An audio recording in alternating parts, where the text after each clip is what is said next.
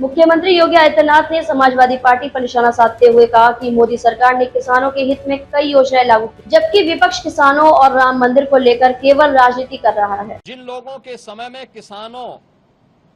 के हितों पर कुठाराघात हुआ था, जिन्होंने उत्तर प्रदेश के अंदर किसानों को जल नहीं, पानी नहीं दिया, खेत के लिए पानी नहीं दिया,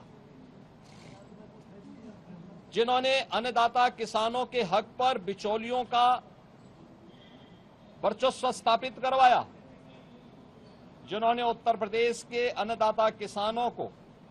असुरक्षित करते हुए उनके जीवन में बदहाली लाने का पाप किया था। 2007 से 2017 के बीच में 29 चीनी मिलें बंद हुई थी,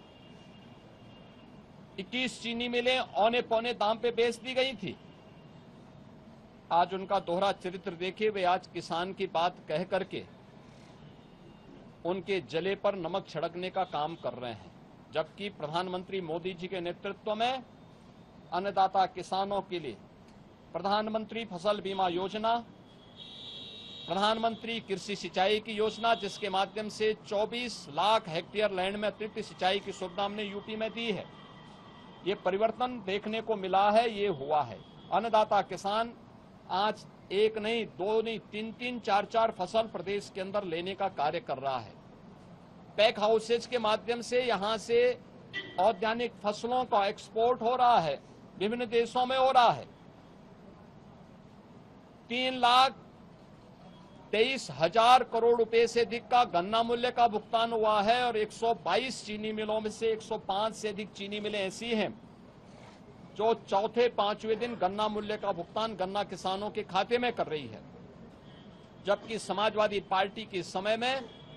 10 वर्ष का गन्ना मूल्य का बकाया बाकी था और ये लोग किसानों के साथ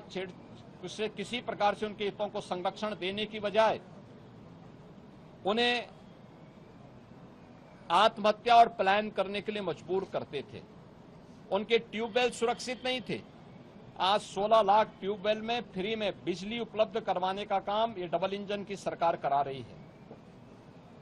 आश्चर्य होता है, वे किसानों के मुद्दे की बात कर रहे हैं। देश में पोर्टल की समस्या आई थी, लेकिन आज खाद की उपलब्धता हर एक जगह सुनिश्चित करवाने के लिए विभाग को पूरी शक्ति के साथ कहा गया है और मैं सभी अन्नदाता किसानों के लिए इस बात के लिए आश्वस्त करता हूं कि डबल इंजन सरकार है, किसान उसकी प्राथमिकता में है, युवा उसकी प्राथमिकता में है। अयोध्या के मुद्दे को वे लोग उठा रहे हैं जिन्होंने राम भक्तों पर गोलियां चलाई थी, जो जय श्री राम बोलने पर लाठी गोली चलाते थे, जिन्होंने श्री राम मंदिर के निर्माण में वकीलों की अपनी फौज न्यायालय में खड़ी करके इस पूरे कार्यक्रम को बाधित करने का प्रयास किया था। और राम मंदिर में चंदा चोरी की बात वे लोग करते हैं जिन लोगों के जेब से एक पैसा भी राम मंदिर निर्माण के लिए नहीं निकला है। इनके दोहरे चरित्र को देश देख रही है, दुनिया देख रही है। मैं आज के इस अवसर पर सभी माननीय जनप्रतिनिधियों से इस बारे में कहूंगा कि वे सदन में एक स्वस्थ चर्चा परिचर्चा को